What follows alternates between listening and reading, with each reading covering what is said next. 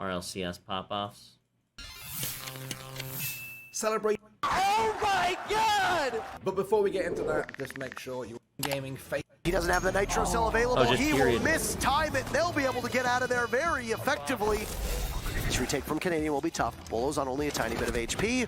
Down goes Merc. Bolo's one shot away. Will Canadian clutch? Oh my god! No way he pulls that off, and the diffuser is his. Afterwards, Canadian had some harsh words for TSM, as well as his former teammate Geo.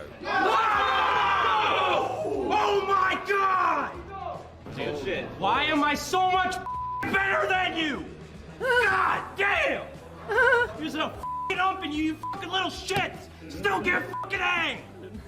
I'm old as shit with the worst gun in the game! I'm old as You're shit. playing Twitch, Gio! You're playing Twitch!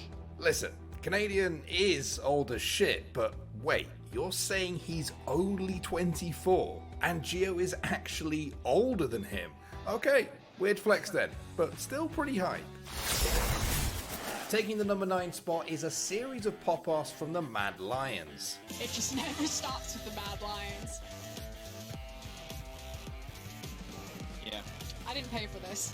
Mad Lions have quickly become one of the most exciting teams on the Rift, most recently winning the 2021 LEC Spring Playoffs. But the organisation has a long history of hyping up the fans off the Rift as well. In the webcam-only era, they came up with some imaginative victory celebrations. Here with the Mad Lions, it's a little bit of a different style. It took a bit longer to come online, but once it got down to... This looked incredible. I love the way they're able to play around. He's putting something on his... He's got a guitar. The man has a guitar. They've got an amp.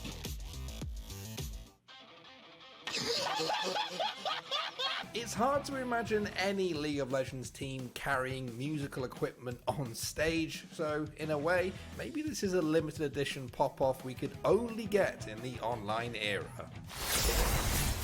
And number 8's entry is the rare Wholesome pop-off. See, at Summer Jam 7, Techo player Pepperbeef2Spicy found himself facing off against North America's champion, Lil Margin, in pools. The best of 3 set went to literally the final round and featured plenty of hype moments. But at the end, Pepperbeef beat the people's champ, and he popped off with abandon in front of a stunned, hostile crowd before sheepishly shaking hands.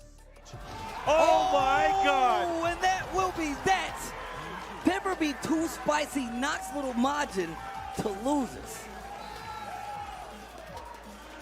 But then, after Margin moved to exit the stage, it's like Pepperbeef realized he actually needed to continue the pop-off, so he just did his best impression of the Leo win pose. This is an extremely underrated pop-off that offers a true roller coaster of emotion, and Lil Margin was also a good sport about it. Just an absolute classic. Coming in at number 7 is the pop-off that gave NA fans everywhere hope. Cloud9 are in the grand finals of ESL1 Cologne 2017. And there we go. They're taking off their clothes. At ESL1 Cologne 2017, Cloud9 made a deep run to semis, were a round away from victory against Na'Vi, and nothing came in clutch. The right time, and it's happening! Nothing, he does it, and he just stands up! Ice cold! But for it to happen that way for Guardian. Then, after showing a dejected Na'Vi and their fans, the camera returned to Nothing, who had removed his shirt, and he didn't even put it back on for the handshake line. I think if anything, it might have been like, ooh, I don't want to touch you, you got your shirt off, like kind of funny. But those guys definitely like hate losing, obviously, the Na'Vi guys. Just pure anime protagonist energy from this pop-off. And number 6 pop-off is the direct result of a truly impossible play. With nothing but a P250, Chad, I'm in disbelief. Show me. Clutches are difficult Cadian. against the world's best. They're even harder when you're T-side 1v4, the bomb is covered, and you have a P250. This is an impossible round, essentially. Miracles happen. And what did he do after that? That's nuts. So he actually shoots the AWP in the back of the head without anyone looking. Gets the AWP and kills the guy CT. Yeah. Oh my god, he's knifed him, and he's gotten away with the AWP. I'm starting to get nervous. There's no way. There's no way. Cadian, you can't win Pro League like this. You can't win Pro League like this. No way. Exile's left. 40 seconds and the bomb's on A. Take your time, son. You're about to make the play of your career. Saw him. He just has to hit this shot and he's done it for Heroic. The leader. Calling well above his years. Clearing corners. Oh, no! You're an animal. Heroic have done it, and I just can't believe it. 40% of their team, only together since February. That's such a crazy round to win. P250, Chad, I'm in disbelief. There's no roar of the crowd here. This pop-off is pure exhilaration from a team that fought through the online era of CS and were awarded for their hard work with one of the best clutches in Counter-Strike history. At our halfway point is a pop-off from a man known for his celebrations, Not Hungrybox. sure if you're still looking for Smash to find us. Here's what was going on in Ultimate before quarantine. Thanks for the donut, by the way, Mackins. We'll see what's up.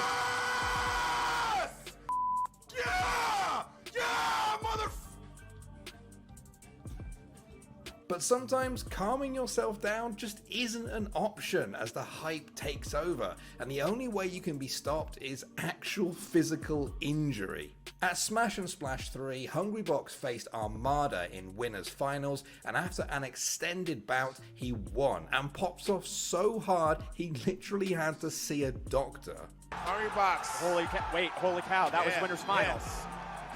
Oh my god, he's gonna break the TV. To be honest, I understand why right now. Yeah, I mean, it's like he was holding a Doke, dude. After the event, Hungrybox confirmed that he went to a doctor, and while there was no broken bones, he did have to wear a walking boot. The best part? Hungrybox still took the entire tournament, even with the injury, and then he delivered an impassioned speech. What a beast. We came here from the gutter ourselves. We can say whatever the damn hell we want. We had no help. We ain't had no help from any person. We came here to ourselves, and look at us. We're still having 1,500 people at a damn water park in Wisconsin. Who are we? Come on now. You're at a water park right there? And number Man, that's 4 kind of entry is a sick. pop-off so spicy. Check out some fucking footage or some land games to and the next entry. And you're gonna want to wash the taste of my dick out of your mouth. Low tier god. That's it. Big hand. Thing to say. What's the next best thing to winning a Valve major in Counter-Strike? Well, $1 million bonus for winning the Intel Grand Slam sounds pretty good to me. ESL1 Cologne 2019 was one of the at most one point in time, memorable Liquid moments was in NACS history, crazy as good. Liquid did the impossible, Almost winning impossible their to keep it 4th up, though. ESL or DreamHack event in a 10-event window to win a cool $1 million. It was NA's greatest triumph since winning the Boston Major, and Stewie couldn't help but get a little bit excited. 2 versus 2, and Liquid have the advantage. They're trying to bring it down to the 2 versus 1. If it's RPK that's dropped, they could be in serious trouble. That should do it. There we go. It's Team Liquid, and that's what it means to them. They've taken it in the 4th map. The favourites coming into the tournament have just unlocked the Intel Grand Slam. That's ESL1 Cologne under their belt. Our runner-up spot goes to the murder face himself, Tokido. Tokido's Akuma has always been scary, but the Japanese fighting game phenom took his psychological warfare to the next level in 2010 at SoCal Regionals.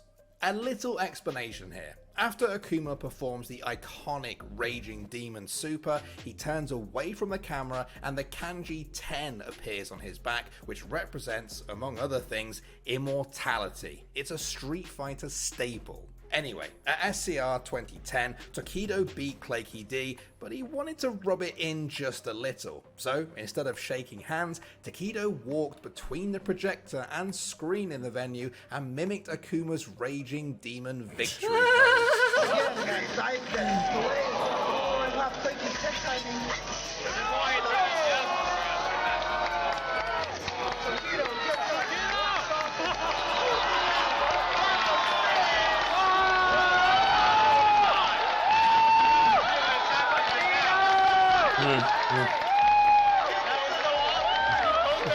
It's It's a legendary, epic pop-off made all the cooler because of Tokido's signature character choice. But there's one pop-off that's just a little bit better. That's right, our number one pop-off is Kbrad giving Wolfcrone a little bit of a lecture about himself. Oh! Oh! Tell him about himself! Tell him about himself! Tell him about himself! An incredible pop-off has one. so many pieces. You've got the history between the players, the showmanship, and the crowd's reaction all factored in. This pop-off... Still good. Still good.